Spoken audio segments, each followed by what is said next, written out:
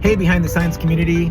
This question comes up a lot in the group, and it's how do I get more clients and better clients? It's actually technically two different questions. So with more clients, it really kind of depends on what kind of projects you do, what your volume of your shop is, where you're located. There's a lot of factors involved there, and we can talk a whole lot more about that in future little videos, but I want to talk about better clients. I saw a post from a company, Lacrosse Signs, so big shout out to you guys.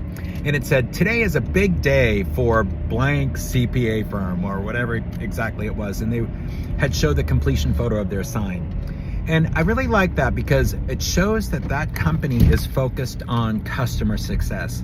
They were celebrating that this customer was getting their new sign, opening their new location, growing their business, and doing well. And that's the key, really, to get better clients, is focus on customer success. Tell their story. Ultimately, that's part of your story. But if you're helping your customers succeed, the word will get out that you really, really care and that you do good work. So again, whether it's on your website, whether it's in your social media posts, and whether it's just how you share about your company, celebrate your customers' wins, and it'll be a big win for you. All right, have a great afternoon.